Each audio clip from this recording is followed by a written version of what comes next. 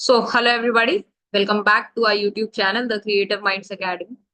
तो आज की इस वीडियो के अंदर हम लोग sexual reproduction in flowering plants के पार्ट 4 को करने वाले हैं, यानी कि हम लोग क्लास 12 का जो फर्स्ट चैप्टर है sexual reproduction in flowering plants उसको कंटिन्यू करेंगे। लास्ट जो वीडियो आई थी और इसके बीच में थोड़ा ज्यादा गैप हो गया क्योंकि मेरे को बीच में थोड़ा सा काम पड़ गया था। तो लास्ट वीडियो के अंदर हम लोगों ने ऑर्गेनाइजेशन ऑफ एम्ब्रियो सैक तक जो है कंप्लीट कर लिया था, जिसके अंदर हम लोगों ने सिनर्जिड्स के बारे में जाना था, एग्स एग सेल के बारे में जाना था, एंटीपोडल और सेंट्रल सेल के बारे में जाना था। ठीक है, इतनी बात हमने कर ली थी। आज हम लोग पॉलिनेशन से स्टार्ट करने वाले हैं। ठीक है, पॉलिनेशन पढ़ेंगे, काफी डिटेल में पढ़ेंगे एंड देखेंगे अगर इसी वीडियो के अंदर हम लोग पॉलन पिस्टिल इंटरैक्शन भी कवर कर पाए तो उसको भी कवर करने की कोशिश जो है करेंगे। ठीक है, सो चलिए बिना किसी देरी के स्टार्ट कर लेते हैं। अपार्ट फ्रॉम दिस, अगर आपने लास्ट वीडियोस नहीं देखी है तो उसकी जो प्लेलिस्ट है वो हमारे इसी यूट्यूब चैनल के ऊपर बनी हुई है। ठीक है, क्लास 12 2025-26 के नाम से बनी हुई है, उसको आप देख सकते हो। ठीक है, और अगर आपने लास्ट वीडियो मिस की थी तो उसका लिंक जो है आपको इस वीडियो के डिस्क्रिप्शन में भी मिल जाएगा। ठीक है, अपार्ट फ्रॉम दिस आप ये जो नोट्स का पीडीएफ है, ठीक है, इसको आप हमारे टेलीग्राम चैनल जो कि द क्रिएटिव माइंड्स एकेडमी के नाम से है, जिसका लिंक भी आपको इस वीडियो के डिस्क्रिप्शन बॉक्स में मिल जाएगा, वहां से आप इन नोट्स को जाके डाउनलोड कर सकते हैं। ठीक है, सो चलिए स्टार्ट कर देते हैं। So what is pollen grain? Pollen grain का मतलब होता है, पॉलिनेशन का मतलब क्या होता है? What is pollination? Transfer of pollen grains, transfer of pollen grains, ठीक है, from anther to stigma, from anther to stigma.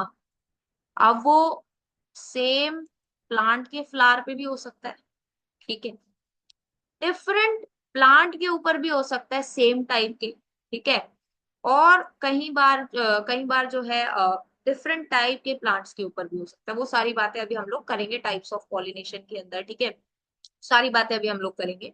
But pollination का जो एक बेसिक सा मतलब होता है, ठीक है, जो बेसिक सा मतलब होता है that is just a minute, that is transfer of pollen grains from anther to stigma। okay, that is transfer of pollen grain from anther to stigma। ठीक है, अब देखो क्या लिखा हुआ है, in flowering plants male and female gametes are non motile. अब plants के अंदर ऑब्वियसली ना मेल और फीमेल गैमेट्स दोनों ही नॉन मोटाइल होते हैं। therefore they have to be brought together for fertilization। अब अगर फर्टिलाइजेशन करवानी है, क्योंकि जो जाइगोट फॉर्मेशन होगा और उसके बाद के जितने भी प्रोसेसेस होंगे जिनको अभी हम लोग पढ़ेंगे पोस्ट फर्टिलाइजेशन इवेंट्स के अंदर, ठीक है, सो अगर फर्टिलाइजेशन करवाना है दैट मीन्स जो मेल एंड फीमेल गैमेट्स हैं उनको साथ में लाना बहुत जरूरी है। ठीक है, सो क्या किया जाता है बेसिकली, pollen grains का ट्रांसफर करवाया जाता है। So the transfer of pollen grains to the stigma is known as pollination. ठीक है, अगर इसको थोड़ा सा बेटर करें तो क्या हो जाएगा, from anther to stigma is known as pollination. ठीक है, सो उसको क्या बोलते हैं, पॉलिनेशन बोलते हैं। या बहुत ही बेसिक सी डेफिनेशन हो। अब पॉलिनेशन काफी सारे टाइप की होती है depending upon the source of pollen. ठीक है, depending upon the source of pollen. अब कितने टाइप की होगी? 3 टाइप की होगी इस बेसिस के ऊपर। The first one is autogamy. ठीक है, ऑटोगैमी का मतलब क्या होगा, अब बहुत ध्यान से समझना इसको। ठीक है, बहुत ध्यान से समझना। Transfer of pollen grain from anther to stigma of the same flower, यानी कि जब सेम फ्लावर के ऊपर एंथर से स्टिग्मा का pollen ग्रेन्स का ट्रांसफर एंथर से स्टिग्मा के ऊपर हो रहा है, ठीक है, सेम फ्लावर के अंदर हो रहा है। जब क्या हो रहा है बेसिकली, एंथर से स्टिग्मा के ऊपर ट्रांसफर का pollen ग्रेन्स का ट्रांसफर हो रहा है तो उसको बोलते हैं ऑटोगैमी। ठीक है, अब इसका मतलब हम लोग इसको सेल्फ पॉलिनेशन भी बोल सकते हैं ना, क्योंकि क्यों बोल सकते हैं, क्योंकि वो सेम फ्लावर के अंदर ही तो हो रहा है, it is occurring with in the same flower, तो इसलिए इसको सेल्फ पॉलिनेशन भी हम लोग एक तरीके से बोल सकते हैं। अब इसके लिए ना प्लांट्स के अंदर कुछ अडेप्टेशन होती है, वो अडेप्टेशन क्या क्या होती है बहुत ध्यान से समझना।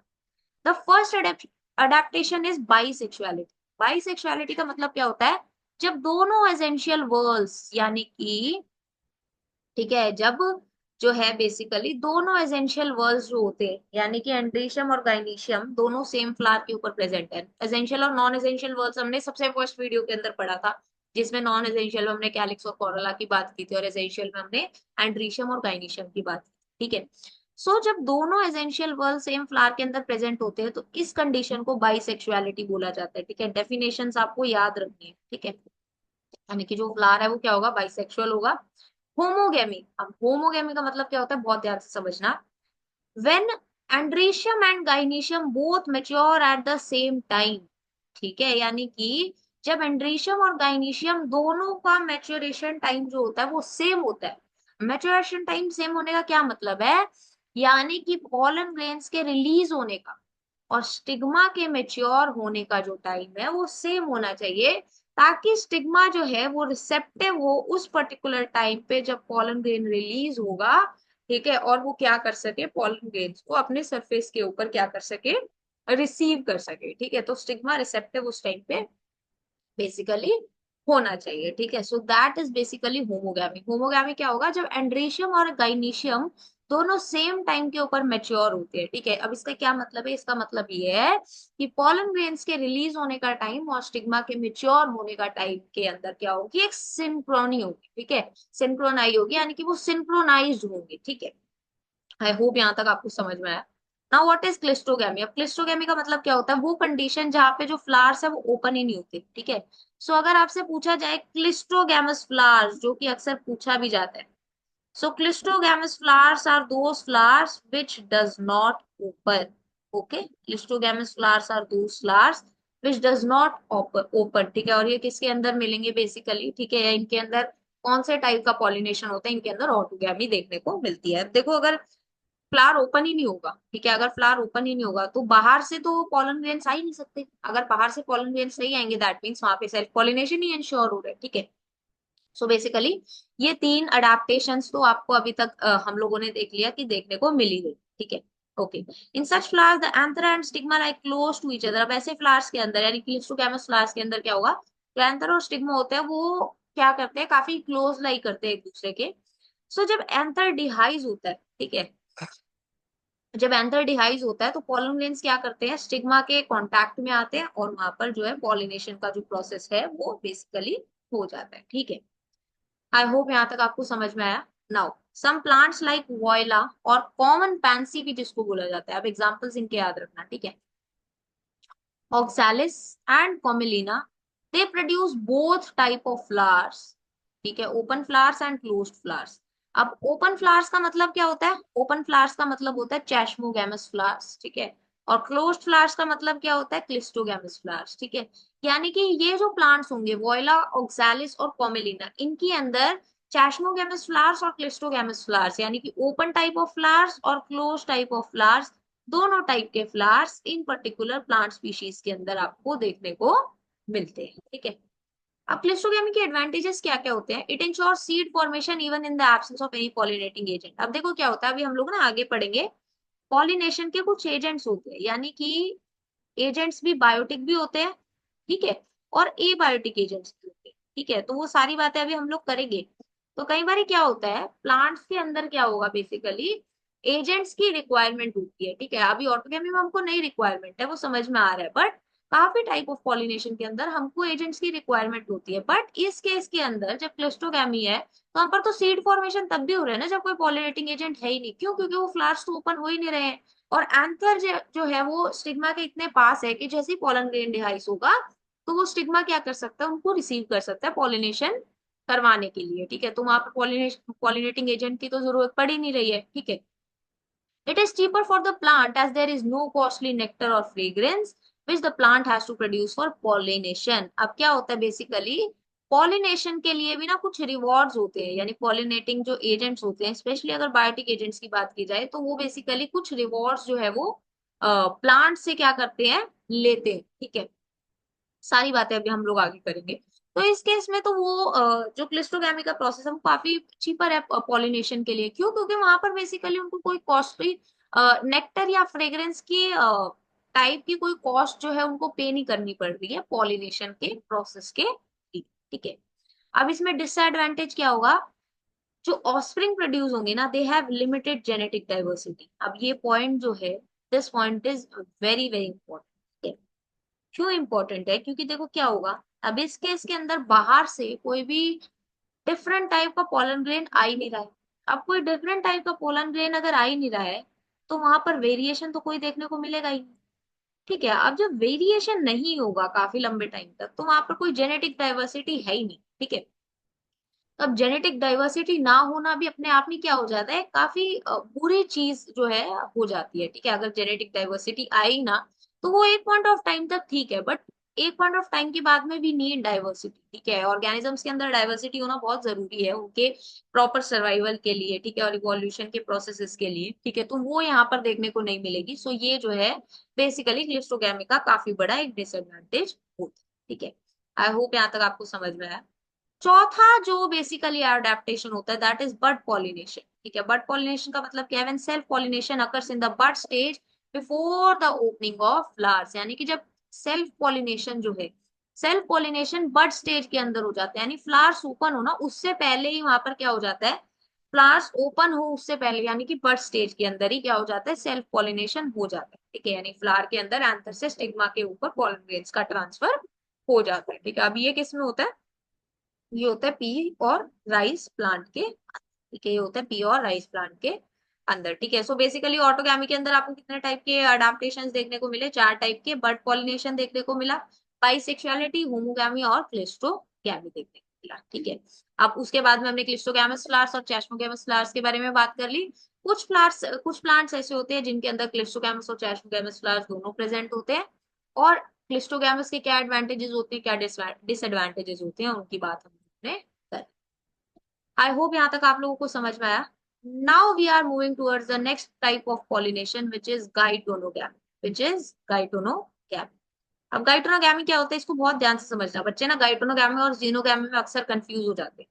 सो what is geitonogamy, it is the transfer of pollen grain from anther to stigma of another flower of same plant। यानी कि एक प्लांट के ऊपर, अब ऐसा तो नहीं है ना कि एक ही फ्लावर आएगा, कुछ के अंदर आता है, ठीक है। बट प्लांट्स के अंदर क्या है ना, एक टाइम पे काफी सारे फ्लावर्स आते हैं।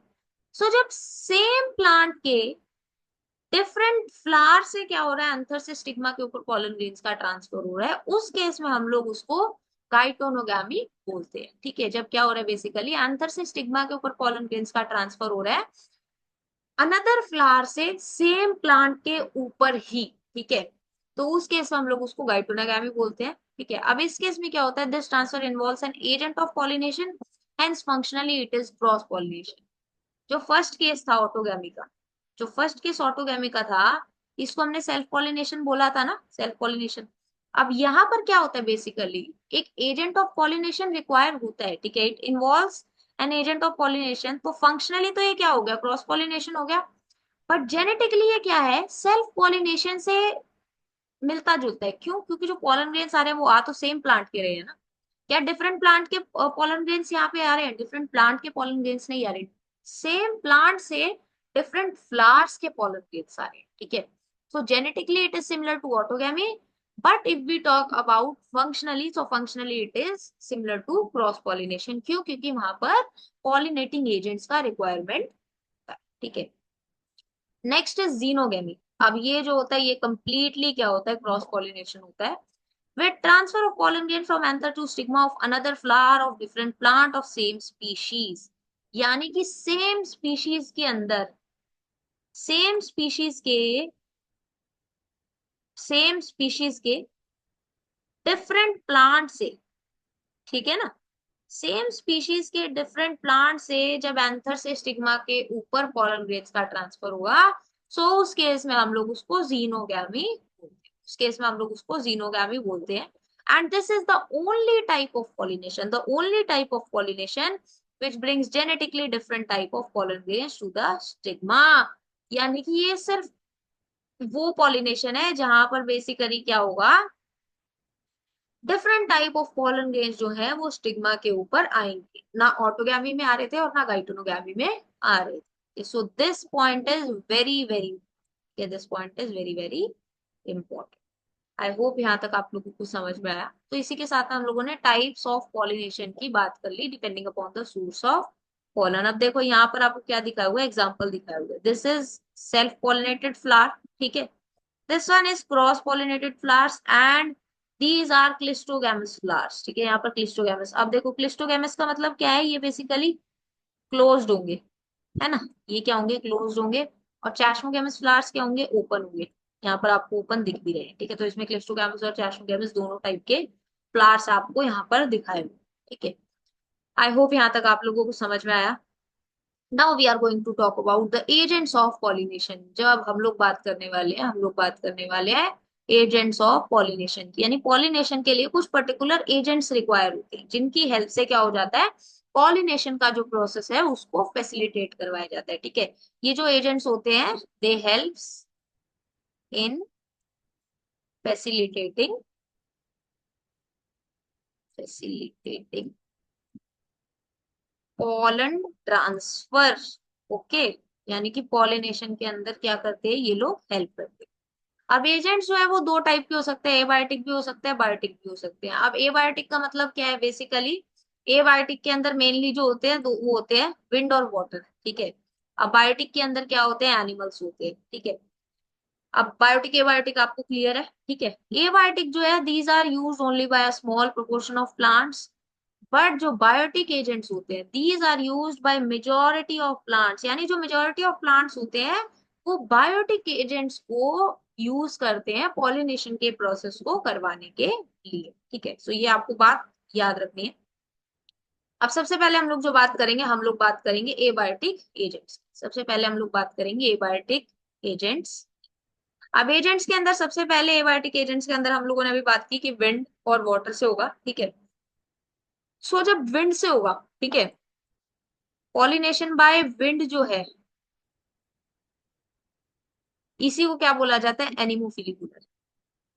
इसी को क्या बोला जाता है, एनिमोफिली बोला जाता है। And this is the more common amongst abiotic pollination, यानी वाटर पॉलिनेशन। ठीक है, जो वाटर वाला पॉलिनेशन होता है जिसको हम लोग हाइड्रोफिली बोलते हैं, उसकी बात अभी हम लोग करेंगे। बट एनिमोफिली जो है वो कॉमनली यूज किया जाता है। ठीक है, it is more commonly use as a source of basically abiotic pollination. ठीक है, अब ये जो पॉलिनेशन बाय विंड होगा, इसके लिए क्या होगा, उन पर्टिकुलर फ्लावर्स के अंदर, ठीक है, उन पर्टिकुलर फ्लावर्स के अंदर कुछ पर्टिकुलर फीचर्स देखने को मिलते हैं।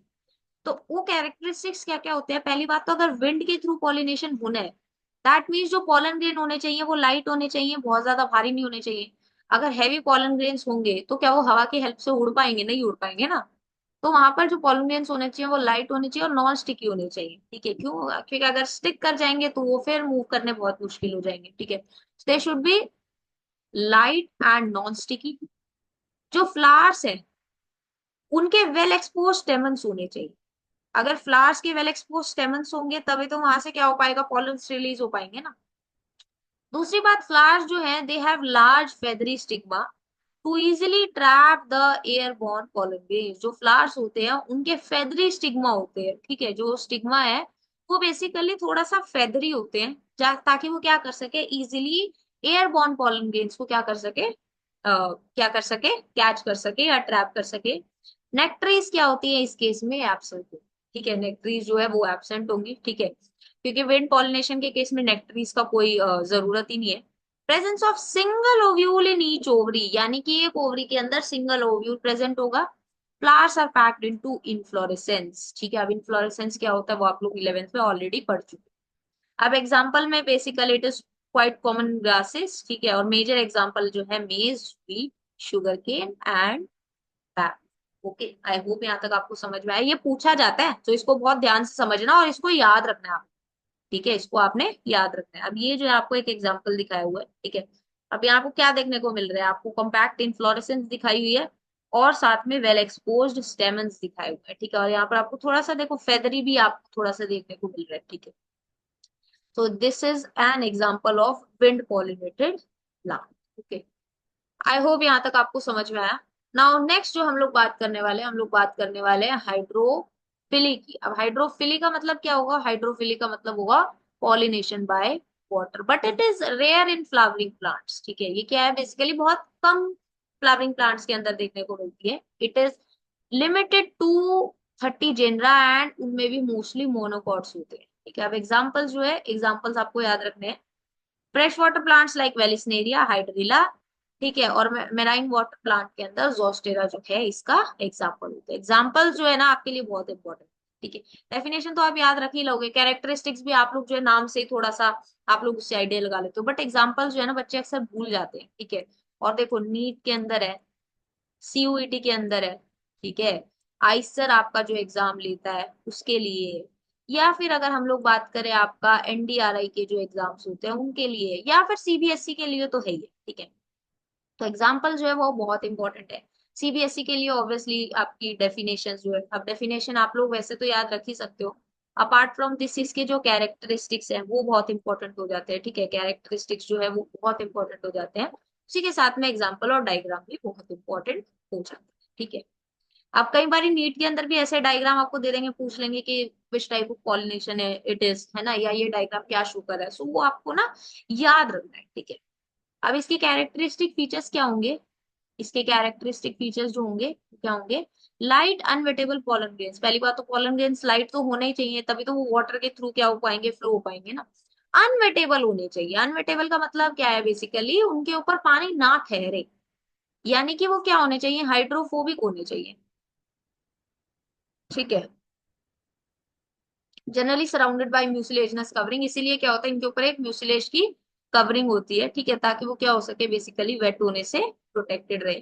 And they have long sticky unwettable stigma, they have long sticky and unwettable stigma, okay. अब ये जो पॉलिनेशन बाय वाटर है ये दो जगहों पे हो सकती है, ठीक है। एक होती है एपीहाइड्रोफिली और एक होती है हाइपोहाइड्रोफिली, ठीक है। ये क्या होती है, हाइपोहाइड्रोफिली। अब सबसे पहले अगर बात करूं एपी की, सो एपी के नाम से ही समझ में आता है कि ऑन द सरफेस हो, ठीक है, ऑन द सरफेस होगा, ठीक है। एपी को आप थोड़ा सा अप से याद रख सकते हो, यानी कि बेसिकली सरफेस के ऊपर जब पॉलिनेशन हो रहा होता है, ठीक है। So it is occurring on the surface of water, example जो है इसका Vallisneria, example is very important, ठीक है। एक minute, example is very important, example आपको याद रखना। The female flowers have a very long pedicel, female flowers का क्या होगा, जो पेडिसल होगा काफी बड़ा होगा, तो उसी वजह से क्या हो सकता है, वो बेसिकली सरफेस ऑफ वाटर तक रीच कर जाता है। Male flowers after breakage falls on the surface of water, अब जो मेल फ्लावर्स होते हैं आफ्टर ब्रेकेज क्या हो जाते हैं, वो वाटर के सरफेस के ऊपर फॉल ऑफ हो जाते हैं, ठीक है। Pollen grains are released on the surface of water. They are carried passively by water current. Some of them eventually reach the female flowers and stigma. आप देखो जितने भी pollen grains रिलीज होते हैं सारे तो स्टिग्मा तक नहीं पहुंचते, बट कुछ जो है वो pollen grains स्टिग्मा तक पहुंच जाते हैं और वहां पर जो है पॉलिनेशन का प्रोसेस हो जाता है, ठीक है। आई होप यहाँ तक आपको समझ में आया। अब ये जो आपको डायग्राम भी यहाँ पर दिखा हुआ है, ये जो है फीमेल फ्लावर दिखा हुआ है, यहाँ पर this is the stigma, these are the male flowers, और ये आपको फीमेल फ्लावर पूरा दिखा है, ठीक है। अब beneath the surface of water का मतलब क्या है, उसको बोलेंगे हाइपोहाइड्रोफिली। अब इसका एग्जांपल क्या होता है, जोस्टेरा या फिर सीग्रास जिसको हम लोग, ठीक है। जोस्टेरा होता क्या है, it is a marine water plant. Female flowers remain submerged in the water, okay. जो फीमेल फ्लावर्स होते हैं वो क्या रहेंगे, बेसिकली वाटर के अंदर सबमर्ज्ड रहेंगे। pollen grains are long ribbon like, अब इस केस में जो है basically ribbon like pollen grains जो है वो बेसिकली देखने को आपको मिलेंगे, and they are carried passively inside the water. Some of them reach the stigma and achieve pollination, ठीक है।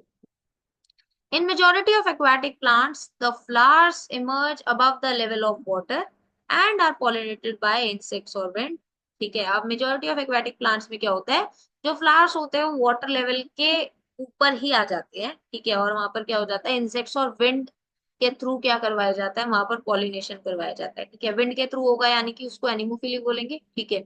और इंसेक्ट्स की बात हो रही है यानी कि वहां पर बायोटिक एजेंट की बात हो रही है, तो वो सारी बातें अभी हम लोग करेंगे, ठीक है। इसका एग्जाम्पल क्या, water hyacinth and water lily. तो यहाँ पर जो है बेसिकली इंसेक्ट के थ्रू आपको पॉलिनेशन देखने को मिले। आई होप यहाँ तक आपको समझ में आया। अब एक इंपॉर्टेंट नोट लिखा हुआ है, ये आपके लिए समझना बहुत जरूरी है। Flowers pollinated by abiotic agents are not very colourful, ठीक है। जो एबायोटिक एजेंट्स के थ्रू पॉलिनेशन होगा उन फ्लावर्स के अंदर की अगर बात की जाए, they are not very colourful, क्यों, क्योंकि उनको कौन सा इंसेक्ट्स को अट्रैक्ट करना है या किसी पर्टिकुलर एनिमल को अट्रैक्ट करना है, नहीं करना, ठीक है। विंड और वाटर के केस में उनको क्या मतलब कलर की एज कोई बहुत ज्यादा उनको नीड नहीं है ना, ठीक है। सो बहुत ज्यादा कलरफुल नहीं होंगे वो, एंड वहां पर जो है नेक्टर्स प्रोड्यूस नहीं होता, ठीक है। क्योंकि जो ये ब्राइट कलर्स होते हैं फ्लावर्स, फ्लावर्स के जो होते हैं इंसेक्ट्स को अट्रैक्ट करने के लिए होते हैं, to pollinate them, and the nectar देखिए is the reward for pollinator. अब मैंने आपको बताया था ना कि ये जो नेक्टर होता है ये क्या होता है, it is a reward for the pollinator, ठीक है। यानी जो पॉलिनेशन करवाएगा वो क्या करता है बेसिकली नेक्टर को एज अ रिवॉर्ड उस पर्टिकुलर फ्लावर के अंदर से ले। Pollen grains coming in contact with stigma is a chance factor in both wind and water pollination. Very important. देखो pollen grains जो है वो स्टिग्मा के कांटेक्ट में आएंगे। ये क्या होता है basically it is a chance factor. हो भी सकता है, नहीं भी हो सकता है। क्यों? क्योंकि विंड और वाटर के थ्रू जब हो रहा है तो उस केस में अब हो सकता है ना कि कोई भी पॉलन ग्रेन ना पहुंचे, है ना, कि कुछ भी पॉसिबल है। क्यों? क्योंकि वहां पर कोई सर्टेनिटी नहीं है उस केस में, ठीक है। सो इसी वजह से to compensate for these uncertainty associated with loss of pollen grains flowers produce enormous amount of pollen when compared to number of ovules for pollination। यानी कि नंबर ऑफ ओव्यूल्स तो कम प्रोड्यूस होंगे बट पॉलन्स जो है वो बहुत अनॉर्मस amount है, यानी कि बहुत हाई अमाउंट में प्रोड्यूस किए जाते हैं ताकि वो जो अनसर्टेनिटी है उसको मिनिमाइज किया जा सके। ठीक है, ये इंश्योर किया जा सके कि एटलीस्ट कुछ पॉलन ग्रेन्स तो जो है वो स्टिग्मा तक पहुंचे। उसके बाद में जो पॉलन क्या होगा बेसिकली कंपैटिबल होगा, ठीक है, जो पॉलन ग्रेन्स कंपैटिबल होंगे, ठीक है, तो वहां पर क्या हो जाएगा फिर स्टिग्मा रिसेप्टिव होगा, स्टिग्मा रिसेप्टिव होगा और उसके बाद में फिर वहां पर पॉलन ट्यूब जनरेशन होता है, फिर पॉलिनेशन का प्रोसेस जो है वो कैरी आउट किया जाता है। ये सारी बातें हम लोग आगे डिटेल में करेंगे, ठीक है। ओके, सो आई होप यहाँ तक आप लोगों को समझ में आया। अब जो हम लोग बात करने वाले हैं वो हम लोग बात करने वाले हैं बायोटिक एजेंट्स की।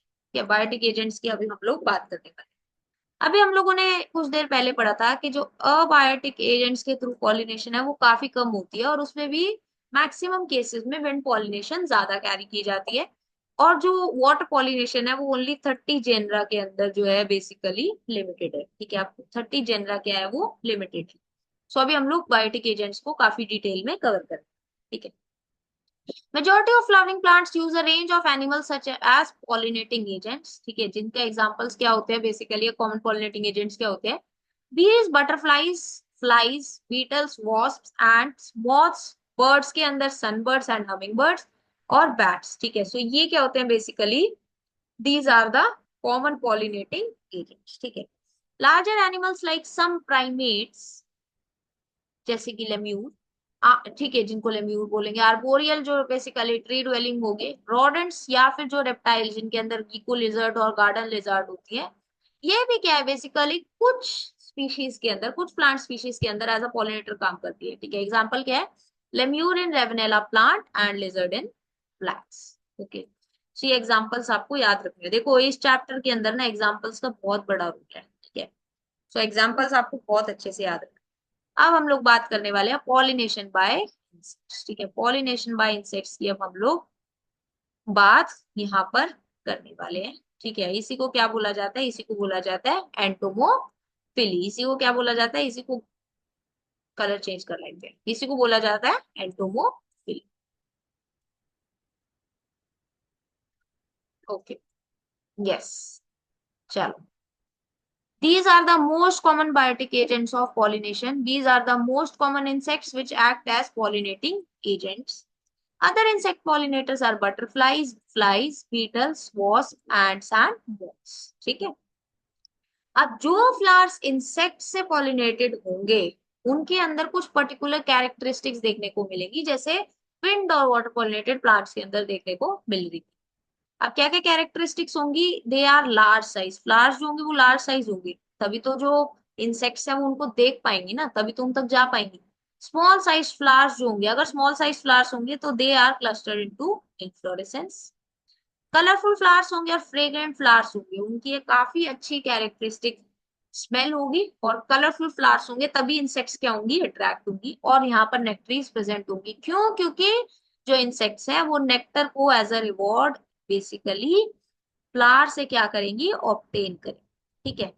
स्टिकी पॉलन ग्रेन्स होंगे। अब यहाँ पर क्या होगा? पॉलन ग्रेन्स जो होंगे वो स्टिकी होंगे। पॉलन ग्रेन स्टिक होंगे तभी तो वो क्या कर पाएंगे? इंसेक्ट की बॉडी से चिपक जाते हैं और उसके बाद में जब वो इंसेक्ट किसी दूसरे पर्टिकुलर फ्लावर के ऊपर बैठती है तो वहां पर फिर वो क्या हो जाते हैं? बेसिकली शेड ऑफ हो जाते हैं या वहां पर जो है बेसिकली ट्रांसफर हो जाते हैं। Foul odour flowers if pollinated by flies and beetles. अगर फुल ऑर्डर फ्लाइज और बीटल्स के थ्रू पॉलिनेशन हो रहा है तो उस केस के अंदर जो फ्लावर्स है वो काफी फॉल ऑर्डर्ड होते हैं। फॉल ऑर्डर ऑर्डर का मतलब क्या होता है? यानी कि उनकी काफी बैड स्मेल होती है, ठीक है। देखो ये जो आपको डायग्राम यहाँ पर दिखाया हुआ है ना, ये जो डायग्राम आपको यहाँ पर दिखाया हुआ है, ये जो है बेसिकली एंटोमोफिली का ही है। ठीक है, कितना अच्छा लग रहा है ना ब्लू कलर ब्लैक के ऊपर। तो ये बेसिकली आपको एक इंसेक्ट पॉलिनेटेड फ्लावर का डायग्राम आपको यहाँ पर दिखाया हुआ है। ठीक है, सो आई होप यहाँ तक आप लोगों को समझ में आया। अब फ्लोरल रिवॉर्ड क्या होते हैं इंसेक्ट के लिए? Nectar, pollen and safe place to lay eggs. ठीक है, वो क्या कर सकती है बेसिकली, सेफली यहाँ पर एग्स ले कर देती है काफी सारे इंसेक्ट्स के। एग्जाम्पल क्या है? Example is Amorphophallus flower, very very. Amorphophallus का जो फ्लावर होता है, इसका जो फ्लावर होता है that is 6 feet in length, 6 feet in length. ठीक है, अब Pronuba moth lays its egg in the ovary of yucca plant and its flowers get pollinated by the moths. देखो ध्यान से समझना इसको। Both the organism cannot complete their life cycle without each other. The moth deposits its egg in the locule of the ovary and the flower in return gets pollinated by the moths. The larva of the moth come out of the eggs as seed starts developing. अब देखो ध्यान से समझो, ये point जो है ना बहुत इंपॉर्टेंट है। ठीक है, जो प्रोनबा मॉथ होता है ये क्या करता है बेसिकली, यूका प्लांट की ओवरी के अंदर एग्स ले कर, यूका प्लांट की ओवरी के अंदर क्या करेगा, एग्स ले करेगा। ठीक है, और उसके जो फ्लावर्स हैं, ठीक है, यूका प्लांट के जो फ्लावर्स हैं, वो मॉथ के थ्रू क्या हो जाते हैं, पॉलिनेटेड हो जाते हैं। मॉथ के थ्रू क्या हो जाते हैं, पॉलिनेटेड हो जाते हैं। अब ये जो जो दोनों ये ऑर्गेनिजम्स है, ठीक है, यूका जो है और प्रोनुबा जो है, ये अपनी लाइफ साइकिल को एक जो है एक दूसरे के बिना पूरा ही नहीं कर सकते। ठीक है, जो मॉथ होता है वो क्या करता है बेसिकली, मॉथ क्या करेगा, ओवरी के लॉक्यूल के अंदर एग्स को डिपॉजिट कर देगा। ठीक है, मॉथ क्या करेगा बेसिकली, यूका की ओवरी के लॉक्यूल के अंदर क्या करेगा, एग्स को डिपॉजिट करेगा। और जो फ्लावर होगा, ठीक है, उस पर्टिकुलर प्लांट का, यूका प्लांट का जो फ्लावर होगा, वो क्या हो जाता है, मॉथ के थ्रू क्या हो जाता है, पॉलिनेटेड हो जाता है। ठीक है, अब जो लार्वा ऑफ मॉथ आता है, ठीक है, जो लार्वा होता है उस मोथ का, वो क्या करता है बेसिकली, बाहर कब आता है, ठीक है, बाहर कब आता है एग्स के, एग से, जब सीड्स क्या करते हैं बेसिकली, प्लांट के डेवलप करते हैं। ठीक है, जब सीड्स डेवलप करेंगे तो उस केस में क्या हो जाता है बेसिकली, या उस टाइम पे क्या होता है, जो लार्वा होता है that comes out. Okay, that comes out. I hope यहाँ तक आप लोगों को समझ में आया। ये बहुत इंपॉर्टेंट पॉइंट्स थे। ठीक है, और एक एक करके हम लोगों ने एजेंट्स की बात कर ली और टाइप ऑफ पॉलिनेशन की, टाइप ऑफ पॉलिनेशन की हमने बात कर ली। अब एक और बात कर लेते हैं, पॉलन और नेक्टर रॉबर्स क्या होते हैं। ठीक है, नाम से ही आपको समझ में आ रहा है, the insects which consume pollen और nectar without bringing about pollination. ठीक है, यानी कि ये क्या करेंगी बेसिकली, वो इंसेक्ट्स जो पॉलन कंज्यूम करेंगी, ठीक है, या नेक्टर कंज्यूम करेंगी, बट पॉलिनेशन के अंदर प्लांट्स को हेल्प नहीं कर रही है। ठीक है, यानी कि ये बस, अब प्लांट को थोड़ी ना पता है कि ये पर्टिकुलर इंसेक्ट जो है वो पॉलिनेशन में हेल्प कर सकती है या नहीं कर सकती। तो बेसिकली जब पॉलन या नेक्टर का कंजम्पशन कोई पर्टिकुलर इंसेक्ट कर रही है without adding in the process of pollination, तो उन्हीं को हम लोग पॉलन या नेक्टर रॉबर्स बोलते हैं। ठीक है, एग्जाम्पल क्या है, example queens of Bombus affinis, perforate Aquilegia spurs and steal nectar. तो ये बेसिकली क्या करती है, जो बॉम्बस एफिनिस होता है, ठीक है, बॉम्बस एफिनिस, ये क्या करती है, एक्विलेजिया के स्पर्स के अंदर परफोरेट करती है। ठीक है, परफोरेशन क्रिएट करती है और उसके बाद में वहां से नेक्टर को स्टील करती है। ठीक है, इंसेक्ट पॉलिनेटेड फ्लावर्स के एग्जांपल्स आपको याद रखने हैं। ठीक है, इनके एग्जांपल्स आपको याद रखने हैं। एग्जांपल्स है Yucca, Salvia, Ficus, Calotropis, Centaurea and Aristo. ठीक है, ये भी जो है यहाँ पर इटैलिक्स में करना था, इसको जो फाइनल पीडीएफ आएगी उसके अंदर मैं इटैलिक्स में कर दूंगी। ठीक है, सो आई होप यहाँ तक आप लोगों को समझ में आया।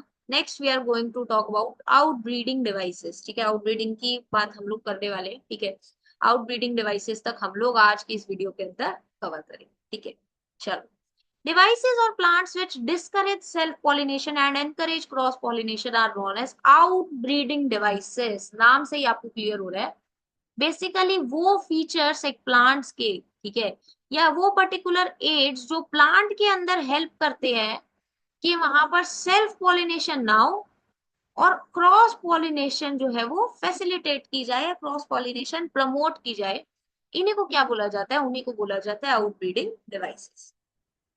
It prevents the loss in genetic variation and inbreeding depression, which may be a result of continued self pollination. यही मैंने आपको बताया था ना, अगर कंटिन्यूअसली सेल्फ पॉलिनेशन ही होता रहेगा तो वहां पर जेनेटिक वेरिएशंस जो है वो होंगी ही नहीं, जो कि प्लांट्स के लिए बहुत जरूरी है, ठीक है, इवोल्यूशन के प्रोसेस के लिए बहुत जरूरी है। या कई बार वहां पर क्या हो जाता है, इनब्रीडिंग डिप्रेशन भी हो जाता है इसी वजह से, ठीक है, इनब्रीडिंग डिप्रेशन भी हो जाता है, ठीक है। तो बेसिकली ये दोनों चीजें प्रिवेंट करने के लिए आउटब्रीडिंग डिवाइसेस जो है वो होने बहुत जरूरी होते हैं, ठीक है। अब इनके कुछ एग्जांपल्स होते हैं, उनको हम लोग डिस्कस कर लेते हैं। The first one is unisexuality. The first one is, just a minute, unisexuality. Unisexuality का मतलब क्या है? Formation of unisexual flowers. वहां पर क्या होगा, यूनिसेक्सुअल फ्लावर्स होंगे। अब देखो, अगर हम पीछे चले तो जब हम लोगों ने पॉलिनेशन के अंदर ऑटोगैमी की बात की थी, तो ऑटोगैमी में क्या था, बाइसेक्सुअलिटी थी, यानी बाइसेक्सुअल फ्लावर्स प्रोड्यूस हो रहे थे।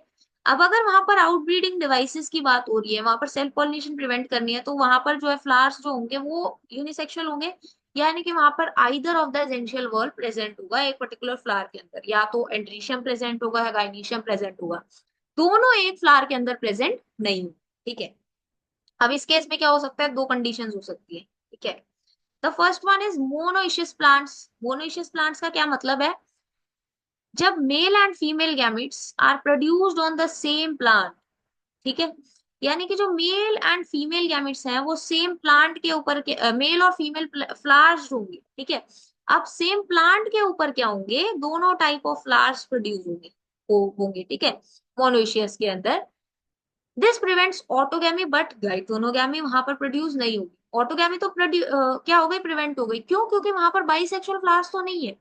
दो फ्लावर्स जो है वो डिफरेंट टाइप के फ्लावर्स है ना, बाइसेक्सुअल फ्लावर्स तो नहीं है, यूनिसेक्सुअल फ्लावर्स है, ठीक है, यानी मेल और फीमेल फ्लावर्स जो है दोनों सेम प्लांट के ऊपर प्रेजेंट है, ठीक है। तो उसके इसमें गाइटोनोगैमी तो हो सकती है, क्योंकि गाइटोनोगैमी तो सेम प्लांट के डिफरेंट फ्लावर्स के अंदर ही हो रही होती है, बट ऑटोगैमी वहां पर नहीं होती, ठीक है। तो इसका एग्जाम्पल क्या हो गया, कैस्टर एंड मेस, ठीक है। डायोसियस का मतलब क्या है, male and female flowers are produced on two separate plants, यानी कि जो मेल और फीमेल फ्लावर्स हैं वो दो सेपरेट प्लांट्स के ऊपर क्या होंगे, प्रोड्यूस होंगे, ठीक है, वो क्या होंगे, दो सेपरेट प्लांट के ऊपर प्रोड्यूस होंगे। तो इस केस में ऑटोगैमी और गाइटोनोगैमी दोनों ही प्रिवेंट हो जाएंगे, तो वहां पर सिर्फ क्या हो सकता है, जीनोगैमी हो सकता है, ठीक है, which is essentially cross pollination, ठीक है, या which is completely cross pollination. इसका एग्जाम्पल क्या है, वेलिस्नेरिया एंड पपाया, ठीक है। आई होप यहाँ तक आपको समझ में आया। The next one is dichogamy, ठीक है, नेक्स्ट वन इज डाइकोगैमी। देखो ये अक्सर ना सीबीएसई के अंदर भी पूछ लिया जाता है, ठीक है, तो आपको याद रखना है। बाकी डेफिनेशन या एग्जाम्पल तो आपके कॉम्पिटेटिव के लिए भी इंपॉर्टेंट है ही। पूरा चैप्टर जो है ना काफी ज्यादा इंपॉर्टेंट है, ठीक है। अब डाइकोगैमी का क्या मतलब है, different maturation time of androecium and gynoecium in the same flower, ठीक है। अब देखो दोबारा से चलो ऊपर चलते हैं। ऊपर जब हम लोगों ने ऑटोगैमी की बात की थी तो वहां पर हम लोगों ने होमोगैमी की बात, होमोगैमी का मतलब क्या था, जब एंड्रीशियम और गाइनीशियम दोनों सेम टाइम पे मेच्योर हो रही थी। इस केस में क्या हो रहा है, इस केस में क्या हो रहा है, डाइकोगैमी में एंड्रीशियम और गाइनीशियम का जो मैच्योरेशन टाइम है सेम फ्लावर के अंदर भी वो डिफरेंट है। तो अब इस केस में क्या होगा, तो जो पॉलन ग्रेन्स है वो स्टिग्मा के रिसेप्टिव होने से पहले ही क्या हो जाएंगे, रिलीज हो जाएंगे। अब उस कंडीशन को क्या बोलते हैं, बहुत ध्यान से समझना। When pollen is released before the stigma becomes receptive, तो उसको बोला जाता है प्रोटेंडरस कंडीशन, ठीक है, उसको क्या बोला जाता है, प्रोटेंडरस कंडीशन। एंड ये सनफ्लावर और कॉटन के अंदर देखने को मिलती है। दूसरी बात क्या हो सकती है, दूसरी बात ये हो सकती है कि जो स्टिग्मा है वो काफी पहले रिसेप्टिव हो गया और पॉलन ग्रेन्स को रिलीज होने में काफी टाइम है, तो उस कंडीशन को क्या बोलेंगे, प्रोटोकाइनस कंडीशन। और ये देखने को मिलेगी फाइकस और एरिस्ट्रोलोकिया के, ये देखने को मिलती है फाइकस और एरिस्ट्रोलोकिया के अंदर। यानी डाइकोगैमी में भी या तो प्रोटैंडरस कंडीशन हो सकती है या फिर प्रोटोगाइनस कंडीशंस देखने को मिल सकती है। प्रोटैंडरस का मतलब क्या है, पॉलन ग्रेन स्टिग्मा के रिसेप्टिव होने से पहले रिलीज हो गए, और प्रोटोगाइनस का मतलब क्या है, स्टिग्मा पहले रिलीज हो गया, पॉलन ग्रेन्स काफी बाद में रिलीज हुए, ठीक है। आई होप यहाँ तक आपको समझ में आया। The next outbreeding device can be self incompatibility. It is self incompatibility. अब self incompatibility का मतलब क्या है, the failure of pollen grain, okay, the failure of pollen grains from the same flower or the other flower of same plant from fertilizing the ovule by inhibiting pollen germination or pollen tube growth in the pistil. It is a genetically controlled mechanism. अब इसको समझो क्या लिखा हुआ है, failure of pollen grains from the same flower or another flower of same plant. यानी कि जब सेम प्लांट के ऊपर जो है पॉलन ग्रेन्स जो है वो उस पर्टिकुलर प्लांट के अंदर, सेम प्लांट के अंदर ओव्यूल को फर्टिलाइज नहीं कर पाते। किस तरीके से या किस वजह से नहीं कर पाते? बाय इनहिबिटिंग पॉलन जर्मिनेशन, यानी कि या तो वहां पर क्या हो जाता है, पॉलन जर्मिनेशन को इनहिबिट किया जाता है, या फिर वहां पर पॉलन ट्यूब ग्रोथ ही नहीं होती पिस्टिल के अंदर। या तो पॉलन जर्मिनेट ही नहीं करेगा या फिर पॉलन ट्यूब ग्रो ही नहीं करेगी पिस्टिल के अंदर। तो उस तरीके से क्या किया जाता है, जो बेसिकली पॉलन ग्रेन्स होते हैं वो सेम प्लांट के ऊपर ओव्यूल को फर्टिलाइज ही नहीं कर पाते। अब वो सेम फ्लावर के अंदर भी हो सकता है या फिर सेम प्लांट के डिफरेंट फ्लावर्स के अंदर भी हो सकता है। ठीक है, so basically this is self incompatibility, very very, this is very very important.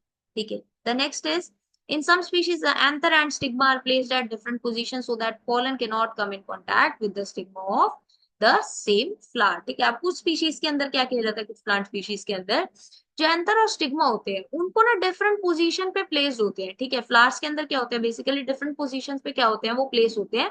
तो उसकी वजह से क्या होता है, जो पॉलन ग्रेन्स होते हैं वो सेम फ्लावर के स्टिग्मा के साथ में कॉन्टैक्ट में ही नहीं आ पाता।